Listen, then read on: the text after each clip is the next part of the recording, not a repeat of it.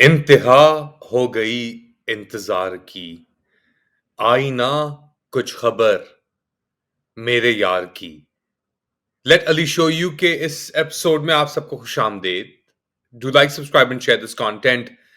अब यार कौन है, दुश्मन कौन है, किसकी यारी कब दुश्मनी में तब्दील हो जाए, किसकी दुश्मनी कब हिमायत में आके खड़ी हो जाए, ये तो अल्लाह ही बेहतर जानता है। मगर वाकई में इतने दिन गुजर जाने के बाद, इतनी धमकियां धड़ल्ले, पता नहीं क्या क्या करने के बाद, हिंदुस्तान बस आवाजें ही निकालता रहा और अभी तक वार नहीं किया। ऐसे वक्त पे जब जो विंडो ऑफ अपॉर्चुनिटी जिसे कहते हैं, वो खिड़की जिसके थ्रू ये सब चीजें, ये सब करवटें, ये सब आहें, ये सब धमकियां आनी है, वो आहिस्ता आहिस्ता आहिस्ता बंद से बंद से बंद होती जा रही है। क्यों? और ऐसे मौके पर जब धमकियों की बौछार इतनी ऊपर चली गई कि उन्होंने पाकिस्तान को पता नहीं क्या समझ लिया, उन्होंने गाजा समझा, क्या समझा, ये समझा कि भाई आसिम मुनीर कोई खलीफा है। पता नहीं क्या क्या उन्होंने बकवासियत निकली। अब आके फोकस थोड़ा चेंज हो रहा है, मगर फोकस चेंज करने से पहले एक बार फिर क्या वो धमकियां थी वो दोहराई दोबारा। हिंदुस्तानी वजीर दिफा अमित शाह, होम मिनिस्टर हैं वो हिंदुस्तान के, उन्होंने क्या कहा सुने। ये नरेंद्र मोदी सरकार है, किसी को बख्शा नहीं जाएगा, किसी को बख्शा नहीं जाएगा। इस देश की इंच इंच भूमि पर से आतंकवाद को मूल समेत उखाड़ने का हमारा संकल्प है और वो सिद्ध होकर रहेगा। तो ये थे अमित शाह, और ये जैसे हमला हुआ था पहलगाम के अंदर, ये पहले पहुंचे थे और धमकियां भी शुरू हुई थी और इल्जामात भी हुए थे और पता नहीं क्या क्या क्या क्या उसके बाद हुआ। लेकिन धमकियों के बाद एक चीज तो नजर आ रही है, शायद इसलिए क्योंकि पाकिस्तान के लिए एक जो इंटरनेशनल, जो पाकिस्तान के अंदर फस्तायत की साख को बरकरार रखने के लिए जो एक इंटरनेशनल बैकिंग मौजूद है या थी या हो रही है पिछले कई साल से, उसका एक, आप इसे पॉजिटिव कह लें पाकिस्तान के लिए, एक कश्मीर के कॉन्टेक्स्ट के अंदर या इस जो मौजूदा सूरत हाल है, क्राइसिस है, इसके कॉन्टेक्स्ट के अंदर, के जो पहले हम देखते थे जैसे इमरान खान के दौर में जब 2019 में हमला हुआ और इंडिया भड़का, तो पूरी दुनिया उस वक्त हिंदुस्तान के साथ खड़ी हुई थी, हमें याद है ये, as someone who was covering that conflict. और पाकिस्तान पे इल्जाम पहले था, सबूत बाद में था। इस बार हिंदुस्तान के साथ और पाकिस्तान के साथ वो नहीं हुआ, ये हुआ अटैक, और हिंदुस्तान को ही पता था कि यार हमारे लोग बैठे हुए यहाँ पे, तो अटैक तो वो नहीं करा सकते क्योंकि लोग तो हमारे हैं। नवाज शरीफ साहब हो गए, शहबाज शरीफ साहब हो गए, उनकी काबीना हो गई, जो भी है बेसिकली ये सब गोरख धंधा ही आप जैसा समझते हैं। तो शायद उसके अंदर भी एक स्टेप हो कि यार ये तो लोग हमारे हैं, ये हम पे अटैक क्यों करेंगे। तो उसके बाद ये सिचुएशन दुनिया के अंदर ये है कि अब इंडिया ने इल्जाम लगाया, इल्जाम भी नहीं लगाया, इंडिया ने कहा कि हम जानते हैं कहां से आ रहे हैं, जैसे अमित शाह ने भी रिपीट किया अभी कि हम नहीं छोड़ेंगे, हम जहां भी छुपे हुए उधर आके मारेंगे।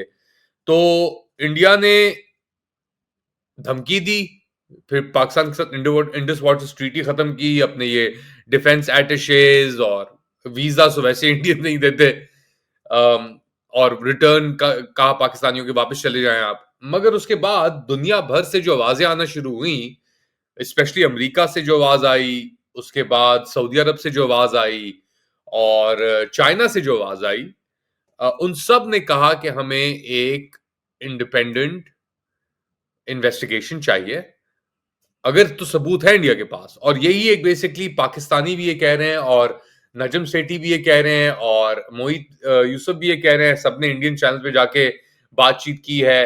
जो मेरी इतलात हैं रिप्रेजेंटेटिव जैक बर्गमन से मुलाकातों के बाद, वो भी ये कह रहे हैं यार कि एक इन्वेस्टिगेशन होनी चाहिए, ये देखना चाहिए कि ये चीज ओरिजिनेट कहां से हुई, ये जा कहां रही है, ये क्यों हुई, कैसे नहीं हुई। तो इन सब चीजों के ऊपर एक फोकस शिफ्ट हमने देखा कि पहले इल्जाम तराशी होती दुनिया भर के अंदर हिंदुस्तान के साथ बरकरार खड़े होके, लेकिन अब हम देख रहे हैं कि उस तरीके से इल्जाम तराशी नहीं हुई, उस तरीके से ये बात नहीं की कि पहले इल्जाम और फिर सबूत।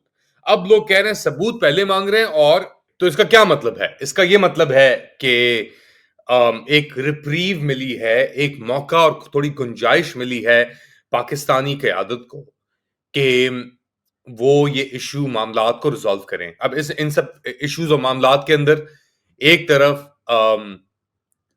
हिंदुस्तानी बहुत बढ़-चढ़ के बोल रहे थे, और दूसरी जानिब हम जो थे, हमारे वज़ीर आज़म टाउट छोटू मियाँ, वो किड्स टेबल पे बैठ गए, जाके बच्चों के टेबल पे बिठा दिया उन्हें। और जो बड़े थे, जिसके अंदर हमारे सिपा सलार और अब तो एनएसए भी हमारे आईएसआई के चीफ हो गए हैं, तो उन्होंने कहा कि हम इसको बड़े बॉयज की तरह, बिग बॉयज की तरह इधर, लिटिल बॉयज उधर। और लिटिल बॉय टेबल के ऊपर आप जानते हैं शहबाज शरीफ का एक सीट है जिसके ऊपर उनका नाम भी लिखा हुआ है, छोटे मियां करके। तो ये क्या हुआ, और इंडिया ने अब फोकस किधर किया है? हिंदुस्तानी मीडिया, स्पेशली जो मेन स्ट्रीम मीडिया समझा जाता था, जो भी एक जिंगोइज्म की लहर के अंदर चल पड़ा था, उन्होंने ये मौकफ अब अपनाया है कि जी फोकस शिफ्ट हो गया है कास्ट सेंसस के ऊपर। अब हिंदुस्तान एक बड़ी कास्ट बेस्ड सोसाइटी है, और बड़े अरसे से जो ये लोअर कास्ट हैं, अनरजिस्टर्ड और पता नहीं कितनी कास्ट है उनकी, जिस तरीके से वो कहते हैं, उन सबको एक नया सेंसस के तहत, क्योंकि देखिए ना, अगर आप पूरा हिंदुइज्म देखें या हिंदू आबादी को एक साथ करें, तो नंबर्स बहुत हैं।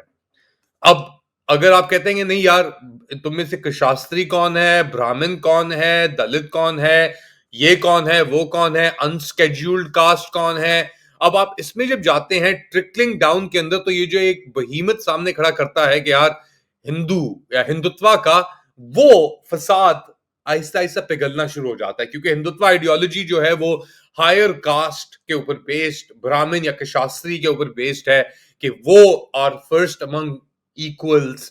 तो अब आप जब कास्ट सेंसस पे जाते हैं, और अब ये हुकूमत ने फैसला किया है कि कास्ट डिटेल्स इंक्लूड की जाएंगी अगले सेंसस के अंदर, और इसका बहुत ही इंपैक्ट आएगा सोशियो इकोनॉमिक, पॉलिटिकल, रिलीजियस, क्योंकि ये पावर को, जो हिंदुत्व की पावर थी, एसेंशियली उसे एक डिवाइड करने पे जा रहा है।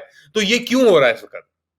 ये इस वक्त इसलिए हो रहा है क्योंकि हुकूमत के ऊपर, हिंदुस्तानी हुकूमत के ऊपर बहुत प्रेशर है, कई साल से बहुत प्रेशर है कि आप कास्ट सेंसस इंक्लूड करें, या कास्ट डिटेल्स जो हैं उनको आप इंक्लूड करें अपने सेंसस के अंदर। और ये अगर इकदाम नहीं लेते तो ऑब्वियसली आप अपनी इकोनॉमी को उस तरीके से नहीं खोल सकते। अब इसके अंदर कोटास की बात भी आती है कि यार बैकवर्ड कास्ट जो कहते थे, अदर बैकवर्ड कास्ट जो कहते थे, या लोअर कास्ट जो कहते थे, या इंटरमीडिएट कास्ट जो कहते थे, उनका कॉलेज एडमिशंस, हुकूमत की नौकरियां, इलेक्टेड ऑफिशियल्स ऑफिसेस के अंदर, सम कैटेगरीज के अंदर, तो अब उनके लिए, क्योंकि ये अब सेंसस का हिस्सा बन जाएगा, तो अपॉर्चुनिटी है, मौका खुलने की, कि पहले तो अगर आप अपना कास्ट का डिटेल्स नहीं थी आपके अंदर, तो यार डिस्क्रिमिनेशन हो सकती थी आपके खिलाफ, और होती भी थी, क्योंकि अगर इदारे के ऊपर एक हाई कास्ट का बंदा बैठा हुआ है, हम पाकिस्तान के अंदर जाते हैं, हाई कास्ट लो कास्ट का सिस्टम जिस तरीके से चलता है, और ये हिंदुस्तान के अंदर एक बहुत ही एक आर्केक उनका जो दीन है,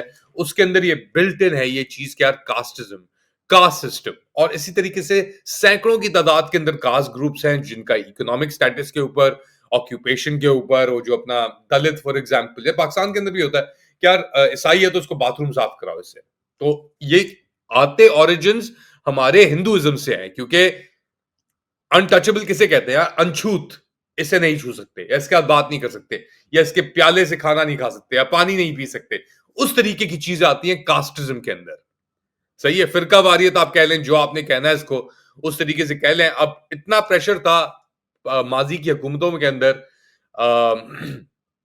कि वो इस बिल को या इस चीज को पास नहीं कर सके, क्योंकि सोशल अनरेस्ट का जो था मसला उसी तरीके से हुआ। लेकिन अब बीजेपी के ऊपर, स्पेशली कोविड के बाद, और क्योंकि इंडियन इकोनॉमी इतनी तेजी से बढ़ रही है, और कास्ट का इशू, जैसे बिहार के अंदर बहुत बड़ा इशू है, वहां पे लोअर कास्ट बड़ी बीजेपी से टर्न अगेंस्ट हो रही थी, और भी कास्ट, उनको अब रील इन करने के लिए और अपनी एक तरीके से साख को थोड़ा सैक्रिफाइस करके और अपील बनाने के लिए ये इकदाम लिया गया है। अब इसके अंदर कांग्रेस पार्टी का भी एक ऐलान आया है कास्ट सिस्टम के ऊपर। उन्होंने कहा है कि ऑपोजिशन पार्टी की कांग्रेस ने एक्स के ऊपर जाकर कहा है कि it is clear that the pressure put on the government for caste census has work. तो ये इंडिविजुअल रेसेस हो रही थी बिहार के अंदर, मध्य प्रदेश में, यूपी के अंदर भी ये बहुत बड़ा इशू है। अब बीजेपी का ये आइडिया होगा कि यार हम अगर ये कास्ट का करते हैं तो हम अपनी एक नई कंस्टिट्यूंसी बना सकते हैं। सही है, जो हमारी पुरानी कंस्टिट्यूंसी थी उसको हम थोड़ा सैक्रिफाइस करते हैं क्योंकि वो तो हमारे हैं ही। और अमित शाह ने भी इसके ऊपर एलूड किया कि बड़ा तारीखी मूव है और इकोनॉमिकली ये एम्पावर करेगी सोशली बैकवर्ड सेक्शंस को। तो अब ये सब चीजें एक हेड पे आ रही हैं। ऐसे वक्त भी आई हैं ये कि हिंदुस्तान पाकिस्तान के दरमियान जो टेंशन चल रहे थे वो भी हमने देखे, बट उम्मीद यह है कि इससे इकोनॉमिक जो तरक्की है हिंदुस्तान की उसमें इजाफा होगा। आप क्या समझते हैं? सियासी मुफाद, इकोनॉमिक तरक्की, बैलेंस है एक बहुत बड़ा हार्ट। और पाकिस्तान के अंदर इसको इसलिए नहीं समझा जाता क्योंकि वहां पे इम्बैलेंस्ड और अनहिंज्ड क़यादत मौजूद है जो हर तनकीद को एक वार समझती है। अपना ख्याल रखें। Do like, subscribe and share this content. अगली बार तक अल्लाह हाफ़िज़।